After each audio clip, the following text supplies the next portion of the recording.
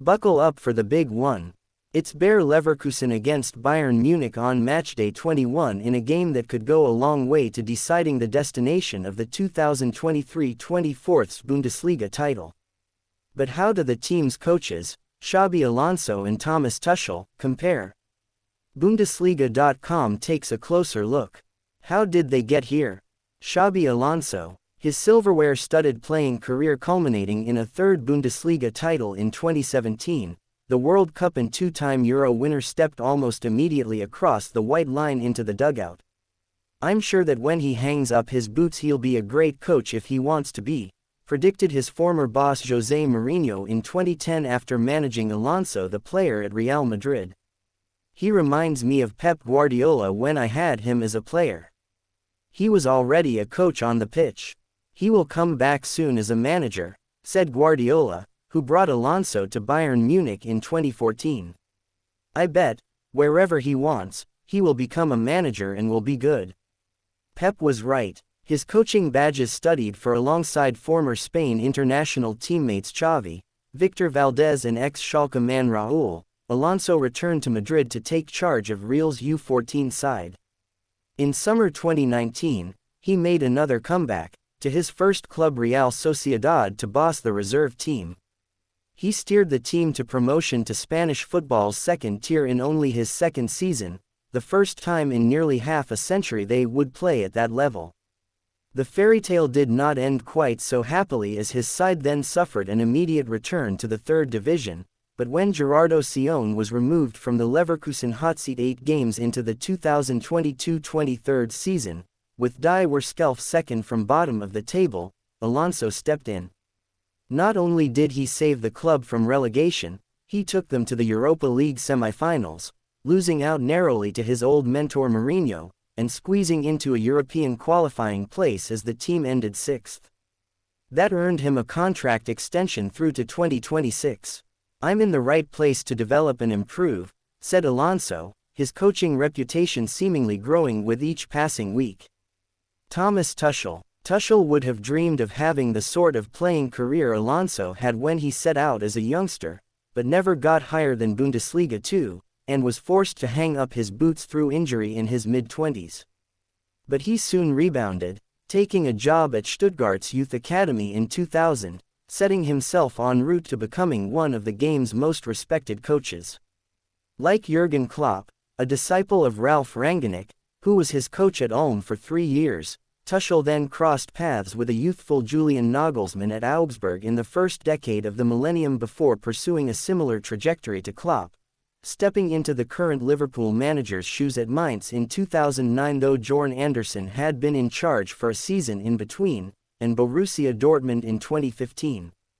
He didn't quite have the same success, though he did lift a DFB Cup in 2016-17, but made enough of a name for himself as BVB pushed Bayern on the domestic front, and provided redoubtable adversaries in Europe. He won Ligue 1 titles in France with Paris Saint-Germain, and the Champions League with Chelsea before returning to Germany to take charge of Bayern when Nagelsmann was dismissed in March 2023. Touchline style. Alonso. The way Xabi Alonso leads the team, what he radiates, he stays calm, he's a role model on the sidelines for other coaches. He was a great midfield player and you can see that his team has been shaped in his own image, said former Dortmund and Bayern boss Ottmar Hitzfeld. Not that Alonso doesn't get irritated by decisions going against his team or express his emotions. Check out his reaction to Florian Wirtz's amazing goal against Freiburg, but you rarely see him lose his cool on the sidelines. As intelligent a coach as he was a player, Alonso has the sort of hands-on approach to man management he will have experienced with the likes of Carlo Ancelotti, Guardiola or Mourinho, though he does have rules. His players must master either English or German, the two languages of the dressing room. He also has the smarts to deal with the speculation created by the success he has enjoyed at the Bay Arena. "Rumors are normal but we still have a lot to achieve," said Alonso last season when linked to the then vacant Tottenham Hotspur job. "That's why my head has been 100% here for the last few months. And my head is also 100% here for next season." Tuchel. Like Klopp, Tuchel is a master of man management. He stepped in at Chelsea in January 2021 and revived the team in part by reinvigorating two fellow Germans, Antonio Rudiger and Kai Havertz, who played a major role in the 14-game unbeaten start their new boss made to life at Stamford Bridge. Long gone are the days when he ordered youth academy players at Augsburg to the hairdresser to bring a sense of moderation to their more outlandish hairstyles. Shortly after being appointed at Mainz, he noted that, "I'm a lot calmer in Bundesliga games than in youth matches," though did add that could have something to do with not being heard so well because of the loudspeakers in the stadium. He is, however, certainly more combustible than his Leverkusen counterpart, often berating officials or clashing with opposition coaches. And there is a limit to his closeness with his players. That is only when discussing performance, he said at the start of his top-level coaching career. He has softened somewhat, but there is little doubt, Tuchel is all business. Playing philosophy. Alonso. I have learned a lot from all my coaches and I have transformed it into my own personality as a coach who is starting out. Rafa Benitez, as football, tactics, how to fit in, how to help, what to do. Pep tells you, let's play like this and this will happen. He is very good at that, Alonso said in a Spanish TV interview. From Mourinho, I highlight the strength and intelligence he has to communicate. From Luis Aragonés, I'd like to highlight his conviction and his ability to define what you wanted. Vicente Del Bosque taught me to worry about the things you have to worry about. Ancelotti stood out when it came to transmitting what good football is and what we had to do. So how has Alonso applied the knowledge he has gained from some of the game's coaching greats? And what about adding his own special sauce? The immediate switch to a back three last season made Leverkusen tougher to beat, and he has retained that setup this term, but has encouraged more forward impetus from wide positions.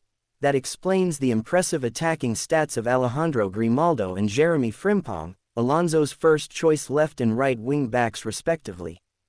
Summer arrival Granit Xhaka has provided that additional security, giving Jonas Hoffmann and Wirtz free rein to wreak havoc at the business end of the pitch, combining neatly with Victor Boniface, another recent recruit who, although currently injured and unavailable for the Bayern game, hit the ground running to give another glowing testament to Alonso's ability to quickly get his squad on the same wavelength.